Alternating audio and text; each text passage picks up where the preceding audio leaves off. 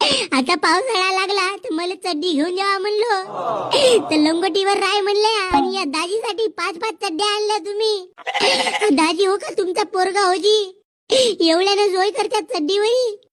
कालपासून माझी चड्डी वारावाची आहे. लमची माशी मेल्यासारखी वास मारते त्या चड्डीची. आजची चड्डी माझी वली झाली आता तुमची लावून हो. आणि आता बाजारात जाईन तर हेही ओली होईल. मग का उघडा बिरू का मी? अबे का असा मोठा गिटा झालास का बे तू? आ झाला बे बिना चड्डीचा फिरलास का? काय झाला मला माहित आहे. आता दाजी आला तर मला खाली झोप नाही आहे म्हणून.